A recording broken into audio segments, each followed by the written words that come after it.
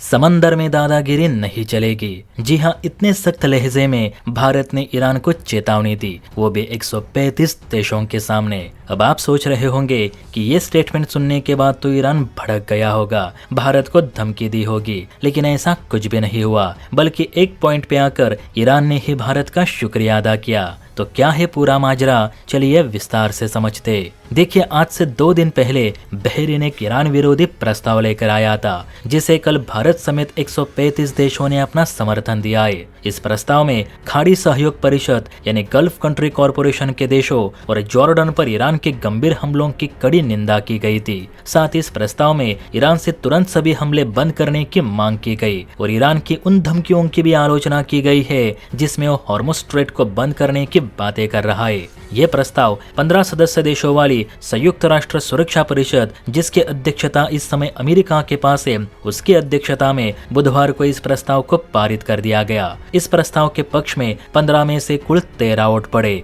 जबकि रूस और चाइना इस वोटिंग में गैर हाजिर रहे। भारत ने भी संयुक्त राष्ट्र सुरक्षा परिषद में इस प्रस्ताव को स्पॉन्सर किया है, जिसमें खाड़ी सहयोग परिषद के देशों और जॉर्डन पर ईरान द्वारा किए गए भयानक हमलों की निंदा की गई थी। भारत की ओर से ये भी कहा कि ईरान इस युद्ध को वैश्विक युद्ध बनाने की कोशिश ना करे। ईरान इस युद्ध में इजराइल या अमेरिका को टारगेट कर रहा है, यहाँ तक तो बात ठीक है, लेकिन समंदर में बेवजह अन्य देशों के तेल टैंकरों को मिसाइल या सुसाइड बोट से उड़ाकर ईरान न सिर्फ अंतर्राष्ट्रीय कानूनों का उल्लंघन कर रहा है, बल्कि समंदर को भी प्रदूषित कर रहा है, जो कि जलवायु परिवर्तन के लिए बिल्कुल भी ठीक बात नहीं। इसलिए ईरान समंदर में दादागिरी ना दिखाए। अब जहां भारत ने ईरान के हमलों की कड़ी निंदा करके इजराइल अमेरिका को खुश कर दिया, तो वही अरब देशों ने जो ईरान के खिलाफ कड़ी कार्यवाही और मिलिट्री एक्शन की मांग की थी, उसका सख्त विरोध भी किया है। भारत ने सीधे तौर पर कहा कि ईरान पर मिलिट्री एक्शन लेने से ये युद्ध रुकने वाला नहीं है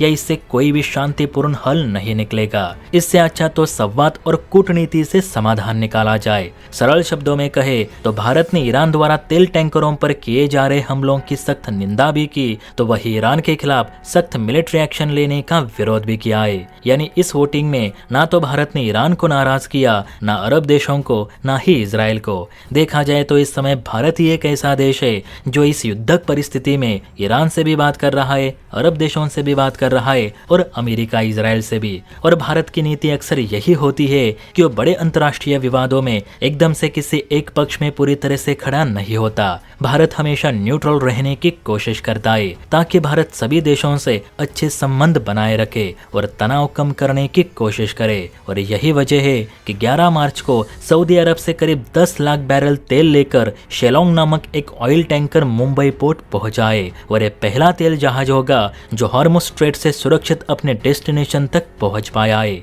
और ये सब हो पाया भारत की विदेशी कूटनीति की वजह से, वरना ईरान ने तो कसम खा रखी है कि वो इन अरब देशों का एक भी जहाज हॉर्मुज़ स्ट्रेट के उस पार जाने नहीं देगा। जय हिंद।